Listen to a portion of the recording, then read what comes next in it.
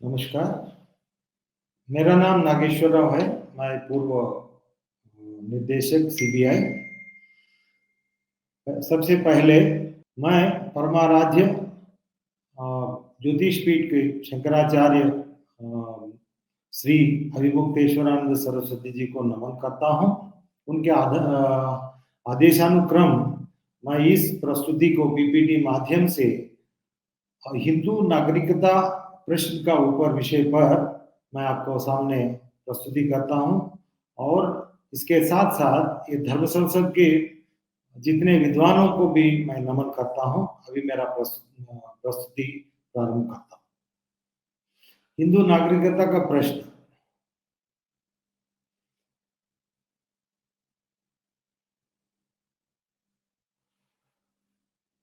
विश्व में बहुत धर्म है और उसमें से क्या क्या धर्म है, उसका कितना देश है हम देखेंगे। 240 करोड़ ईसाइयों के लिए 157 ईसाई देश हैं और 190 करोड़ मुसलमानों के लिए 50 इस्लामी देश है। 50 करोड़ बौद्धों के लिए 7 बौद्ध देश है और 1.5 करोड़ यहूदी के लिए भी एक देश है, उसका नाम इजराइल है। परंतु 116 करोड़ हिंदुओं के लिए एक भी देश नहीं है। ये भी जान जाएगा कि विश्व में प्रत्येक 7वां व्यक्ति में से एक हिंदू है। इसका मतलब यह है हिंदू विश्व का जो जनसंख्या में 15% है। फिर भी हिंदू एक निराश्रय और अनाथ है क्योंकि उसको कोई देश नहीं है। विश्वव्यापी हिंदुओं को दयनीय स्थिति हम देखें। हिंदू विश्व का तीसरा सबसे बड़ा धर्म है। भारत और नेपाल को छोड़कर प्रत्येक देश में हिंदू अल्पसंख्यक है। यद्यपि भारत और नेपाल में हिंदू बहुसंख्यक है, फिर भी ये दोनों देश न केवल छद्मा धर्मनिरपेक्ष का फॉलो करते हैं, बल्कि इनकी संविधानों और सरकारों भी हिंदू विरोधी है। क्योंकि हिंदुओं का अपना कोई अनन्य देश नहीं है, इसीलिए कोई भी देश या समुदाय या व्यक्तिगण उत्पीड़ित हिंदुओं के का समर्थन नहीं करता है। अभी जो बांग्लादेश में जो हो रहा है उसके बारे में हम तो एक्सपीरियंस किया है। परिणामतः अभी क्या हुआ, लगभग सभी देशों में हिंदुओं की सापेक्ष रूप से जनसंख्या घट रहा है। हम इसका जो आंकड़ा देखें, 1950 में पाकिस्तान में 13% हिंदू थे, अभी 1% और उसके कम हो गया। मैंने पिछले कितना साल 73 ईयर्स में। और बांग्लादेश में उस समय उसको बोलते थे पूर्व पाकिस्तान, उस समय 23% हिंदू थे, अभी केवल 8% है। अभी जो नरसंहार जो चल रहा है उसका वजह से भी और कम हो रहा है। और श्रीलंका में 1950 में 20% हिंदू थे। श्रीलंका जो बौद्ध देश है, अभी वो 12-12.5% केवल हिंदू बचा है वहां। वैसे ही भूटान, वो भी बौद्ध देश है, जो इतना छोटा देश है जो भारत का ऊपर सभी के लिए निर्भर है। वहां 1950 में 23% थे, अभी वो घट के हिंदू जनसंख्या 11% हो गया। और नेपाल में, हमारा पड़ोसी नेपाल जो हिंदू बहुसंख्यक है, वहाँ 84% थे 1950 में, अभी वो 78.6 हो गया। दैट मीन्स ऑलमोस्ट 6% गिरावट हो गया है। और भारत में, हमारा जो देश में 84.68% थे 1950 में, जब ये संविधान लागू हो गया। अभी वो 71.8 हो गया। कितना परसेंट देखिए, 13% कम हो गया पिछले 73 ईयर्स में। और इसमें और एक भी जो नेपाल में और भारत में जो हिंदू है उसका बारे में और एक टिप्पणी लेना चाहिए। ये क्या है, जितना लोग जो हिंदू जो रिपोर्ट करते हैं, जो दिखाते हैं, वो हिंदू नहीं है सभी। उसमें कम्युनिस्ट बहुत है, बिकॉज नेपाल में तो अभी कम्युनिस्ट सरकार है। भारत में तो देखिए जो केरला में तो जितना हिंदू है वो हिंदुओं से कम 17% हिंदू वो कम्युनिस्ट है। वैसे ही हमें अम्बेडकराइट है। और ऐसा लोगों को अगर निकाले, वो हिंदू तो नहीं है, ऐसा उनको अगर निकाले, वो तो हिंदू का जो जितना जो जनसंख्या है और जितना जो दिखा रहा है उसे भी और भी कम कम होगा। और दूसरी बात ये है, जो ईसाई जो धर्म परिवर्तन होके जो रहते हैं जो ईसाई लोग, उसका चर्च का आदेश अनुसार वो अपने आप को हिंदू रिपोर्ट करते हैं ऑफिशियल सेंसस में। इसके वजह से क्या होता है, वास्तव में ईसाई ज्यादा है, बट रिपोर्ट का अनुसार हिंदू अधिक है। सो ये भी ये सब कारण के वजह से जो 71.8 जो हिंदू जो भारत में जो दिखा रहा है वो नहीं है। और वैसे ही नेपाल में भी 78.6 जो दिखा रहा है वो भी उतना हिंदू नहीं है। और नेक्स्ट ये है, मलेशिया में देखिए 1950 में 8.7% हिंदू थे, अभी 6.27% है। दैट मीन्स 2.5% हिंदू जो कम हो गए। और गुयाना, गुयाना एक देश है, वो उसमें 32% थे, अभी 23% हो गया। और वैसा ही फिजी देश में 45% लगभग 50% हिंदू थे 1976 में, अभी वो 27% हो गया, 28% हो गया। तो कितना मैंने देखिए कितना गिरावट हो गया पिछले 45 सालों में। और इसका जो फिजी के बारे में आप लोग एक जानकारी लेना चाहिए। 2000 में एक लोकप्रिय नायक है, उसका नाम है महेंद्र चौधरी, वो प्रधानमंत्री रूप से चुना गया था, परंतु वहां राजद्रोह या कू होके उसको हटाया, क्योंकि वो हिंदू थे। उसके लिए हिंदू होने के कारण वो प्रधानमंत्री को हटा के वो क्रिश्चियन लोग उसको अपने जो सत्ता को कब्जा कर लिया।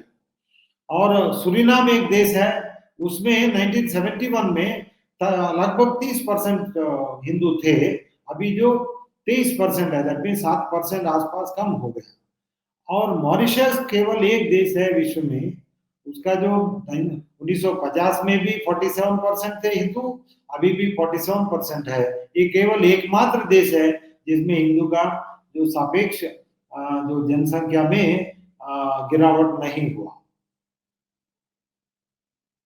और विश्वव्यापी हिंदुओं पर उत्पीड़न के बारे में यह दुर्भाग्यपूर्ण सच्चाई है कि हिंदुओं को कई देशों में धार्मिक उत्पीड़न का सामना करना पड़ता है, तथा अफगानिस्तान, पाकिस्तान, बांग्लादेश और इत्यादि इस्लामिक देशों में उनका नरसंहार भी किया जा रहा है। अभी जो बांग्लादेश में जो नरसंहार हो रहा है, अभी तो अभी फ्रेश हमारा तो मन में तो है। और उसके अलावा धार्मिक उत्पीड़ित हिंदुओं को वो स्वाभाविक रूप से सहायता और शरण के लिए भारत की ओर देखते हैं, क्योंकि उनके पास कहाँ जाने का रास्ता है ना कहाँ जाने का कोई स्थान है। लेकिन भारत जो भागकर जो आते हैं, जो शरणार्थी भारतीय नागरिकता न मिलने के कारण वो इतना जो घटिया जो जीवन चला रहा है, उसका सम्मानजनक बोलना वो बहुत ये होगा। परंतु जो इलीगल जो बांग्लादेश है, जो मुस्लिम और रोहिंग्या मुसलमान आता है, उसको तो सम्मानजनक जीवन सरकार जो देते हैं, परंतु जो हिंदू शरणार्थी जो पाकिस्तान बांग्लादेश जो भाग के आते हैं, उसके लिए कोई कुछ दया नहीं रहता है हमारा सरकार। और ये प्रश्न उठता है, जब भारत एक धर्मनिरपेक्ष राष्ट्र, धर्मनिरपेक्ष संविधान, धर्मनिरपेक्ष सरकार है, उसको अन्य देशों में जो उत्पीड़ित हिंदुओं के चिंता क्यों करनी चाहिए? तो मेरा सोच अनुसार ये है, भारत प्राचीन हिंदू सभ्यता की जन्म स्थान है, उसके कारण भारत देश इसका उत्तराधिकारी है। और दूसरा, विश्व में हिंदुओं की जनसंख्या लगभग 100 करोड़ है, लेकिन विश्व में एक भी हिंदू देश नहीं है। तीसरा, भारत हिंदुओं के लिए एकमात्र सभ्यतागत प्राचीन मातृभूमि है। और चौथा, हिंदू सभ्यता का उत्तराधिकारी होने के नाते स्वाभाविक रूप से भारत विश्व में हिंदू धर्म का न्यासी संरक्षक, दैट मीन्स गार्डियन ट्रस्टी और रक्षक भी है, प्रोटेक्टर भी होना चाहिए और है। और लास्ट, एक हिंदू सभ्यता राष्ट्र के रूप में भारत का विश्व में कहीं भी रहने वाले हिंदुओं के प्रति सभ्यतागत उत्तरदायित्व तथा नैतिक दायित्व भी है। That is moral obligation also India has. और इसके अलावा संयुक्त राष्ट्र के द्वारा 1947 में एक सार्वजनिक मानवाधिकार का घोषणा पत्र घोषित किया गया है। उसके अनुच्छेद 14 ये कहते हैं, प्रत्येक व्यक्ति को उत्पीड़न से बचने के लिए दूसरे देशों में शरण लेने का अधिकार है। दैट मीन्स ये एक मूल अधिकार ये संयुक्त राष्ट्र यूनाइटेड नेशंस देते हैं।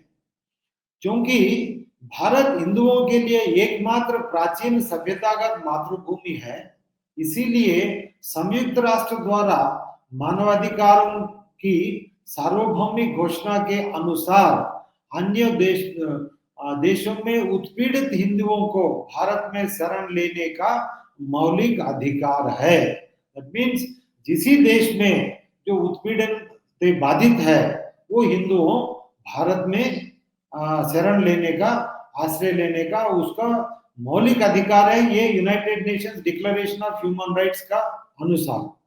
और इसके अलावा मानवाधिकारों की सार्वभौमिक घोषणा पत्र पर भारत ने हस्ताक्षर किया।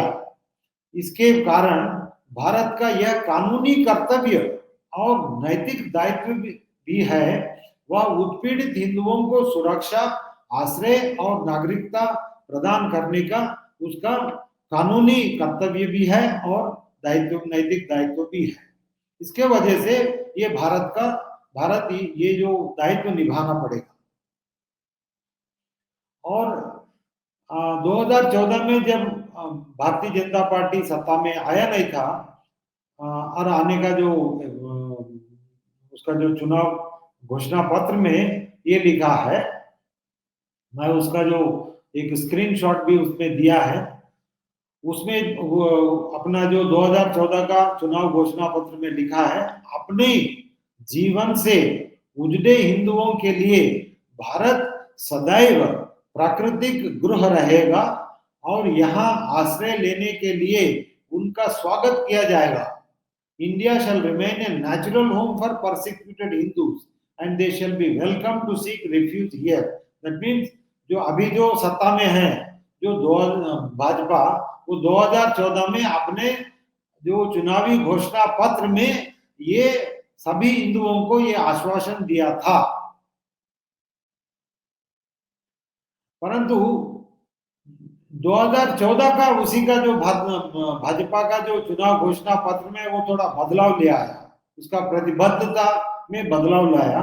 वो उस समय ये 2019 में 5 साल के बाद ये बोला, हम पड़ोसी देश के, आप जो ध्यान से थोड़ा पढ़िएगा, पड़ोसी देश के ताड़त धार्मिक अल्पसंख्यकों, ये हिंदू नहीं है, अल्पसंख्यकों के संरक्षण के लिए सिटीजनशिप अमेंडमेंट बिल को लागू करने के लिए प्रतिबद्ध है और भारत के पड़ोसी देशों से आए सभी हिंदू, जैन, बौद्ध, सिख और पारसियां और ईसाई, ये दोनों देखिए, पारसियां और ईसाई के उन देशों में धार्मिक प्रताड़ना के आधार पर भारत में नागरिकता दी जाएगी।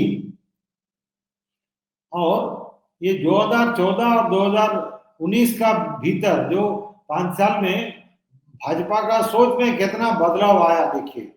2014 में भाजपा ने बोला है अन्य देशों में, दैट मीन्स कोई भी देश में अगर कोई भी हिंदू उत्पीड़ित हो उसको हम आश्रय देंगे, वो आश्वासन दिया था, प्रतिबद्ध हुआ था 2014 में।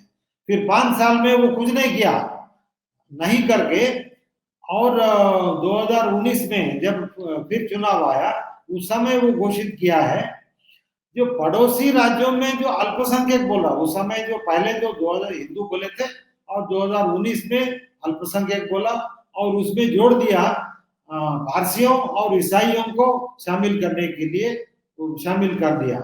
इसका मतलब ये है, जब पहले बोला था विश्व में कहाँ भी, और उसके बाद में वो तीनों पड़ोसी देश तीनों को वो रेस्ट्रिक्ट कर दिया है, सीमित कर दिया है, और उसके अलावा और पारसियों और ईसाई को भी उसमें जोड़ दिया। ये है अब बीजेपी। तो साइड में जो ग्राफिक देखिए कोई बनाया, मैं इंटरनेट से वो खोज के लगाया हूँ, कमल फूल, कमल का फूल हमारी भूल। और नागरिकता संशोधन अधिनियम, जिसको CAA जो इंग्लिश में जो उसका एक्रोनिम है, वो 2019 में जो भाजपा सरकार ने बनाया। और इसे बनाने पहले, मैं उस समय नौकरी में था, इसे बनने से पहले मैंने केंद्रीय गृह मंत्री अमित शाह जी से के समक्ष मुद्दा उठाया था।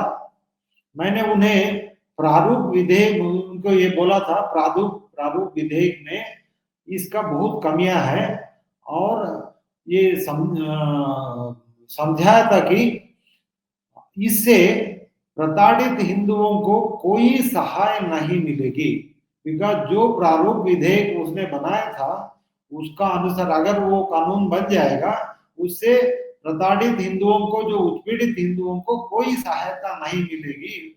मैंने उन्हें इसके उद्देश्य को पूरा करने के लिए सुझाव भी दिया था, सजेशन भी दिया था और लिख के दिया था, और उसका मैं भी कुछ ये जो प्रारूप बिल बना के भी दिया था, लेकिन कोई लाभ नहीं हुआ। हम उसके बारे में जो मैंने जो सजेशन दिया था, और क्यों ये जो नागरिक संशोधन अधिनियम जो 2019 में जो भाजपा ने बनाया, वो क्यों हिंदुओं के लिए निरर्थक है, उसके बारे में मैं आपको बताता हूँ। नंबर 1 पॉइंट है, ये नागरिकता संशोधन अधिनियम 2019 प्रताड़ित हिंदुओं के लिए निरर्थक क्यों है। ये पहला पॉइंट है। नागरिकता संशोधन अधिनियम 2019 में केवल अफगानिस्तान, बांग्लादेश और पाकिस्तान में धार्मिक उत्पीड़न का उल्लेख किया है। यह नहीं कहा जा सकता है कि हिंदुओं का उत्पीड़न केवल इन्हीं तीनों देशों तक सीमित है या रहेगा। कई देशों में हिंदुओं का उत्पीड़न का सामना करना पड़ता है। केवल इतना ही है, वो अखबारों में या टीवी में ये खबर नहीं आते हैं, जिसके परिणाम स्वरूप सभी देशों में हिंदू का जनसंख्या अपेक्षाकृत कम हो रहा है। हमारे उससे पहले जो पहले जो देखे थे, सभी देशों में हमारा जो हिंदू जनसंख्या जो घट रहा है, जो सापेक्ष रूप से जो देखा जाए तो वो घट रहा है। क्यों? सभी देशों में हिंदू उत्पीड़ित हो रहा है। इसीलिए मैंने अमित शाह जी को बोले थे दैट कोई भी विधि, विशेष रूप से यह विधि सार्वभौमिक होना चाहिए। That means it should be universal, सभी देशों के लिए वो एप्लीकेबल होना चाहिए, लागू होना चाहिए। और दूसरा कारण ये है, मैंने जो उसको सजेशन जो दिया था, नागरिकता संशोधन अधिनियम 2019 में केवल उन लोगों को नागरिकता प्रदान करने का प्रावधान है जो 31/12/2014 तक भारत पहुंच चुके हैं, जिसका कोई मतलब नहीं है। दैट मीन्स ये जो प्रावधान किया है, जो ऑलरेडी भारत में आ चुके हैं उसके लिए प्रावधान किया है। वो भी 31 दिसंबर 2014 तक, उसके बाद में जो आता है उसके लिए कोई प्रावधान भी नहीं है। और क्योंकि जो लोग उत्पीड़न से बचकर 31/12/2014 तक भारत पहुंच चुके हैं, उन्हें अंततः वर्तमान विधि के तहत भी भारतीय नागरिकता मिल जाएगी। उसको तो ऐसे ही मिल जाएगा, खाली थोड़ा देर हो जाएगा, बट उसको तो ऐसे ही मिल जाएगा। अभी वर्तमान जो विधि है, इसीलिए उनके लिए नागरिकता संशोधन अधिनियम 2019 न केवल निरर्थक है, बल्कि यह भारत को अपकीर्ति करने के लिए हिंदू विरोधियों के हाथों में एक शस्त्र भी बन जाएगा। ये जो शब्द आप थोड़ा ध्यान में रखिएगा, मैं इसके बारे में फिर आता हूं। और इसके अलावा यह नहीं कहा जा सकता है कि 31/12/2014 के बाद हिंदुओं का धार्मिक उत्पीड़न बंद हो गया है। वास्तव में यह अभी भी जारी है। हम अभी जो बांग्लादेश में जो अभी जो चल रहा है, हम जो देखने से इससे पता लगेगा। इसीलिए मैंने अमित शाह जी को बोले थे दैट यह विधि कालातीत होना चाहिए। अब किसी जो काल सीमा नहीं रखना चाहिए। और तीसरे का सुझाव मैंने जो दिया था, नागरिकता संशोधन अधिनियम 2019 में प्रताड़ित पारसियों और ईसाइयों के लिए नागरिकता प्रदान करने का प्रावधान भी रखा है। इसका भी कोई मतलब नहीं है, क्योंकि अभारतीय मूल के, अभारतीय मीन्स नॉन इंडियन रिलीजियन, अभारतीय मूल के धर्मों के प्रताड़ित लोगों के प्रति भारत का कोई सभ्यतागत दायित्व नहीं है। बिकॉज जो धर्म भारत का जो इस देश से मूल नहीं है, इस देश से उत्पन्न नहीं हुआ है, उस धार्मिक अनुयायियों को के बारे में भारत के लिए कोई सभ्यतागत दायित्व नहीं है। बिकॉज वो उस धर्म के उत्तराधिकारी भारत नहीं है। प्रताड़ित ईसाई लोग 157 ईसाई देशों में से किसी में भी शरण और नागरिकता मांग सकते हैं। तो हम देने का कोई आवश्यकता नहीं। उसके लिए इतना देश है विश्व में, वो किसी भी ईसाई देश में वो नागरिकता मांग सकते हैं, उधर शरण मांग सकते हैं। इसके अलावा पहले से ही जो अधिक जनसंख्या भारत में है, जो अनावश्यक बोझ क्यों हम लेंगे, उसका तो डालना जो वो उचित नहीं है। Because India is already a overpopulated country. Why bring more Christians in here? इसीलिए केवल प्रताड़ित हिंदुओं, जिसमें हिंदुओं का मतलब यह है हिंदू में जैन, बौद्ध और सिख, बिकॉज ये चारों धर्म यहाँ का जो भारतीय मूल का भी है, और जो संविधान में जो अनुच्छेद 25 में भी जो लिखा गया हिंदू का जो डेफिनेशन क्या है उसमें भी दिया गया है, उसके अनुसार यही चार धर्म का जो अनुयायी है, जो उत्पीड़ित अनुयायी है, केवल उसी लोगों को भारतीय का नागरिकता देना चाहिए। हमने ये सुझाव भी दिया था। और चौथा सुझाव मैंने जो दिया था, केवल कुछ धर्मों के प्रताड़ित अनुयायियों को नागरिकता देने की संवैधानिक वैधता पर प्रश्न उठेगा। That means if you restrict giving citizenship only to few people of few religions, then it can be questioned. ये कैसा? और नागरिकता संशोधन अधिनियम 2019 को सर्वोच्च न्यायालय में चुनौती भी दी जा सकती है। लेकिन मैंने फिर उसको बोला था दैट इसका जो अगर जो चुनौती जो सर्वोच्च न्यायालय में चुनौती देगा तो कैसा उसको हम काउंटर कर सकते हैं, क्योंकि भारतीय मूल के धर्म विदेशी मूल के धर्म से अलग वर्ग है। दैट मीन्स अगर कोई वर्गीकृत कर सकते हैं उसका जो ठीक कारण से, और वो उसके अनुसार एक कानून भी बन सकता है। तो क्योंकि भारतीय मूल के धर्म और विदेशी मूल के धर्म से अलग वर्ग है, और भारतीय प्राचीन हिंदू सभ्यता और उसके स्वदेशी धर्मों का उत्तराधिकारी भी है। बिकॉज आप बोल सकते हैं अगर भारत में भारत का सभ्यता का उत्तराधिकार भारतीय हो सकता है तो अमेरिका तो नहीं हो सकता है। और सभ्यता का भारतीय सभ्यता का मूलाधार क्या है? भारतीय सभ्यता का मूलाधार सनातन धर्म है। भारतीय सभ्यता का मूलाधार हिंदू धर्म है। सो इस सभ्यता का उत्तराधिकारी भारत ही हो सकता है, भारत देश ही हो सकता है, किसी अन्य देश नहीं हो सकता है। वो दायित्व है। इसीलिए भारत के स्वदेशी धर्मों को प्रताड़ित अनुयायियों को आश्रय और नागरिकता प्रदान करना भारत की सभ्यतागत उत्तरदायित्व है। ये कारण से हम एक कानून अवश्य बना सकते हैं जो प्रताड़ित हिंदू, जैन, बुद्ध और सिखों को जो भारतीय नागरिकता देने के लिए। और दूसरा बात है, यदि नागरिकता संशोधन अधिनियम में विदेशी मूल के धर्म के अनुयायी पारसियों और ईसाइयों के लिए नागरिकता का प्रावधान किया गया है, तो इसमें अन्य विदेशी मूल के धर्मों के अनुयायी मुसलमानों, यहूदियों आदि को शामिल न करने का कोई बे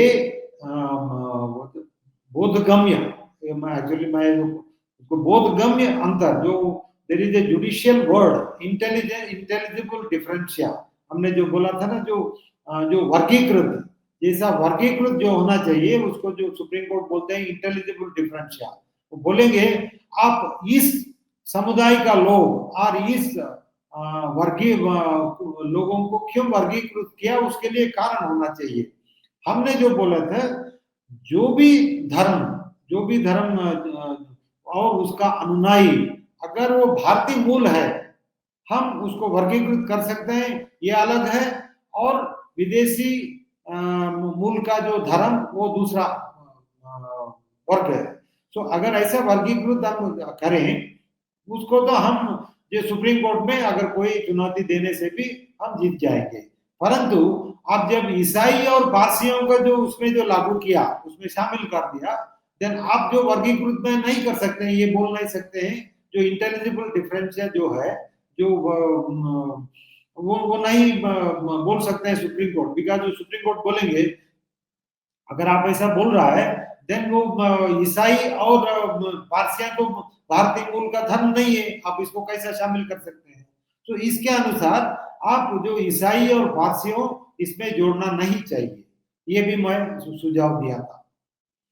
और पांचवा सुझाव मैंने जो दिया था उसको, क्योंकि धार्मिक उत्पीड़न भारतीय नागरिकता प्रदान करने का आधार है। दैट मीन्स जो भारतीय नागरिकता जो प्रदान करने का आधार धार्मिक उत्पीड़न है। इसीलिए यदि कोई जो उस कारण लेके और भारत पहुंचेगा, शरणार्थी होके पहुंचेगा, फिर भारतीय नागरिकता प्राप्त करने के बाद हिंदू धर्म त्याग देते हैं, तो यह उद्देश्य विफल हो जाता है। इसका मतलब यह है, जो हिंदू पाकिस्तान से ले लीजिए, एक उदाहरण लीजिए, पाकिस्तान से एक हिंदू उत्पीड़ित होके भारत में आश्रय कर शरणार्थी रूप से आ गए हैं, फिर यहाँ आके भारतीय नागरिकता में उसको मिल गया, फिर उसके बाद में अगर धर्म परिवर्तन करके वो ईसाई या मुसलमान बन जाएगा, देन जिसके कारण के लिए भारत का जो नागरिकत्व उसको दिया था वो विफल हो जाता है। इसका यानी वह धार्मिक उत्पीड़न से बचने के लिए अगर भारत आने का क्या वजह, अपने देश में ही हिंदू धर्म त्याग करके रह सकते थे। इसका मतलब यह है, वो हिंदू इधर आने का क्या आवश्यकता है, वहां ही मुसलमान बन के वहां रह सकते थे, फिर इधर आके भारतीय नागरिकता लेके फिर यहाँ फिर मुसलमान या ईसाई बनना, हिंदू धर्म को त्याग करना, जो अगर वो ये जो विधि और उसका उद्देश्य भी पूरा दोनों विफल हो जाता है। और दूसरा, इसके अलावा कोई व्यक्ति धोखे से भारत नागरिकता प्राप्त करने के लिए हिंदू होने का दिखावा कर सकते हैं, और उसके बाद अपनी वास्तविक धार्मिक पहचान प्रकट कर सकता है। इसका मतलब यह है, कोई मुसलमान या ईसाई पाकिस्तान, बांग्लादेश और किसी देश से भी इधर आ गए शरणार्थी रूप से, वो दिखाया मैं हिंदू हूँ, उसके लिए मेरा ऊपर जो उत्पीड़न और प्रताड़न हो रहा है, और यहाँ आके अगर भारतीय नागरिकता तो उसको प्राप्त करने के बाद वो बोला है मैं तो, और वो अपना जो वास्तविक जो धर्म के लिए अगर पहचान प्रकट कर दिया, इसका मतलब यह है, जो जिस उद्देश्य से ये जो कानून बनाया है उसका वो भी विफल हो जाता है। इसीलिए कड़े सुरक्षा उपायों के बिना नागरिक प्रदान करना विदेशी मुसलमानों और विदेशी ईसाइयों द्वारा जनसांख्यिकीय आक्रमण, दैट इज डेमोग्राफिक इन्वेजन का कानूनी मार्ग बन जाएगा। इसका मतलब यह है, जो धोखे से जो आता है इधर, और किसी दूसरा प्रकार यहाँ आके फिर वो मुसलमान या ईसाई बनेंगे, ये एक कानूनी मार्ग हो जाएगा, जो डेमोग्राफिक इन्वेजन भारत आके इसका जो यहाँ रहना, यहाँ जो नागरिकता प्राप्त करना। तो इनके कारण, इन कारणों से, ये जो 5 कारणों से मैंने अमित शाह जी को ये सुझाव दिया था और उसको अनुरोध किया था, अब पहले संविधान में संशोधन करना आवश्यक है, ताकि किसी भी देश में प्रताड़ित हिंदुओं, बौद्ध, जैनियों और सिखों को बड़े सुरक्षा उपायों के साथ संविधान रूप से नागरिकता प्रदान की जा सके, जैसे उनकी और उनकी बच्चों की नागरिकता रद्द करना और उनके पूर्व देश वापस भेजने का, एवं शत्रु संपत्ति अधिनियम के प्रावधानों के लागू करके उनकी संपत्ति जब्त करना। ऐसा ही जो कड़े सुरक्षा उपायों को रख के आप संविधान को पहले संशोधन करना है। तो अगर संविधान को अगर आप संशोधन करेंगे तो सुप्रीम कोर्ट में कोई भी उसको चुनौती नहीं दे सकते, जो भी अधिनियम वो इसको ये सुझाव, ये 5 सुझाव मैंने अमित शाह जी को 2019 में जब वो गृह मंत्री बने थे, मैंने उसको दिया था।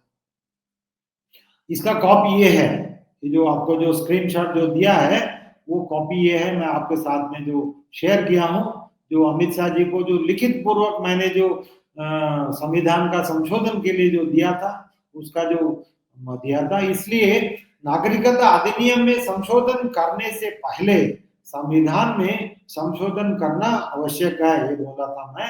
और मैंने तदनुसार मैंने संविधान में एक नया अनुच्छेद 11A और अनुच्छेद 15 में नया खंड 7 सम्मिलित करने के लिए संविधान संशोधन विधेयक का प्रारूप सरकार को दिया था। मैं एक्चुअली उसी को दिया था और सरकार को भी भेजा था, जो गृह मंत्रालय को भी भेजा था, परंतु इसका कोई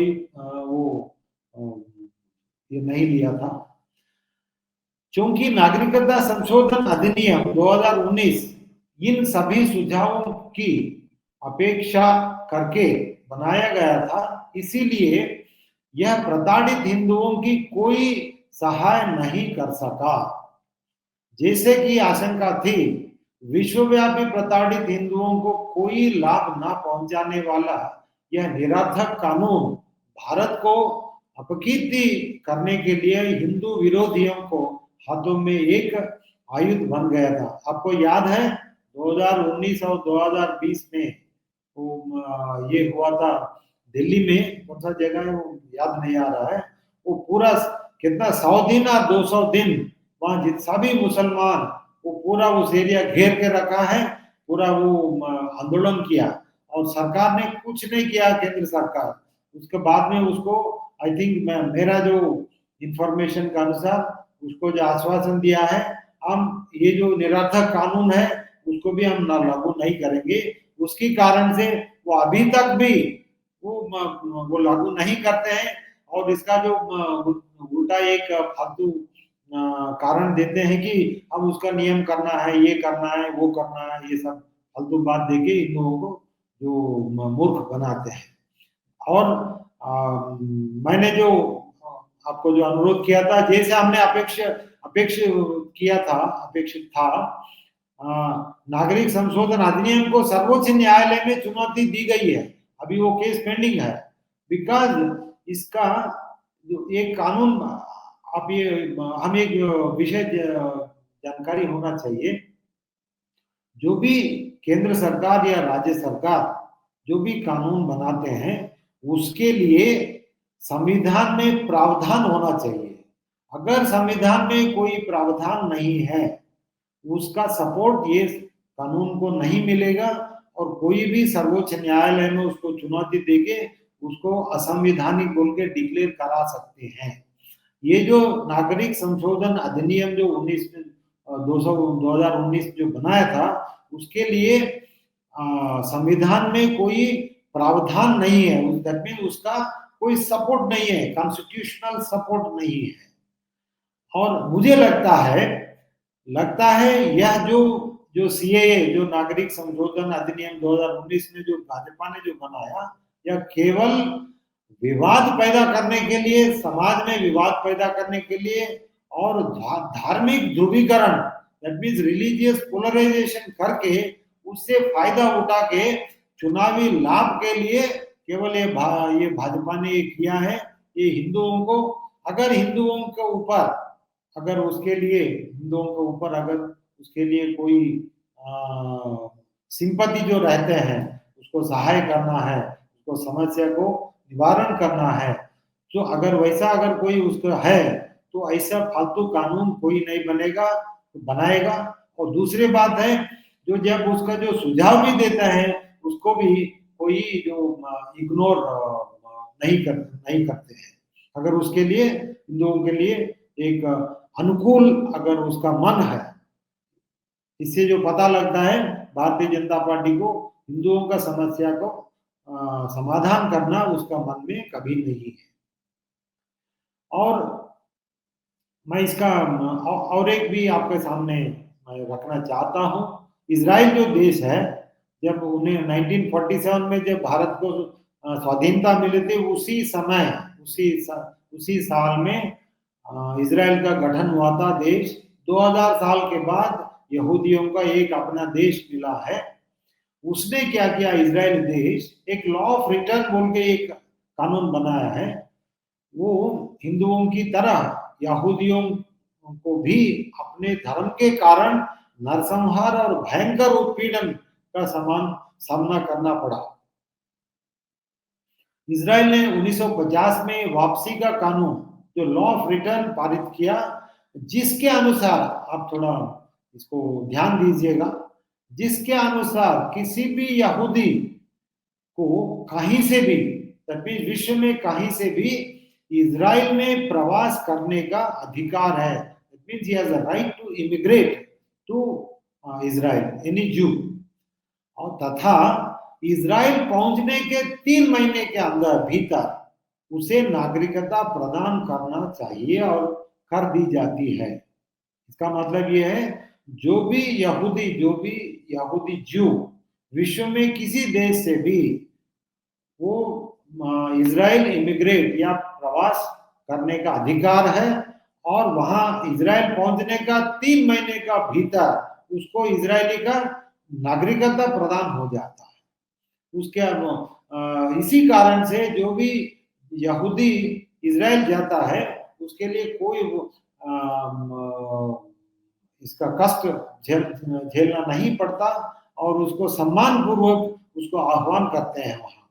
जिस तरह इजरायली का कहीं भी रहने वाले यहूदियों के प्रति दायित्व है, उसी तरह भारत का भी कहीं भी रहने वाले हिंदुओं को प्रति सभ्यतागत दायित्व है और दायित्व होना चाहिए। ये बिकॉज ये भारत ये हिंदू सभ्यता का उत्तराधिकारी है, दैट मीन्स इनहेरिटर। अगर आप जो जैसा ही जो मेरा पिताजी का जो संपत्ति, मैं उसके लिए उत्तराधिकारी हूँ, वैसा ही जो इस देश में जो धर्म उत्पन्न हुआ है उस देश का उत्तराधिकारी इस देश भारत है केवल।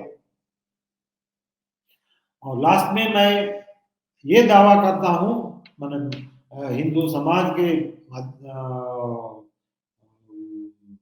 दावा को यहाँ आपके सामने रखता हूँ और महाराज जी के सामने रखता हूँ। हम मांग करते हैं कि भारत को अपने संविधान में कड़े सुरक्षा उपायों के साथ संशोधन करना चाहिए और एक नागरिकता कानून पारित करना चाहिए, जिसे विश्वव्यापी प्रताड़ित हिंदुओं को भारत में प्रवास करने का अधिकार मिले और भारत आने के एक वर्ष के भीतर उन्हें नागरिकता प्रदान की जाए। यह है हमारा मांग। और इस अवकाश देने के लिए मैं महाराज जी को धन्यवाद अर्पण करता हूँ और आप सभी को भी मैं नमन करता हूँ, और महाराज जी को नमन करते हुए मैं मेरा वाणी को विराम देता हूँ। धन्यवाद, नमस्कार।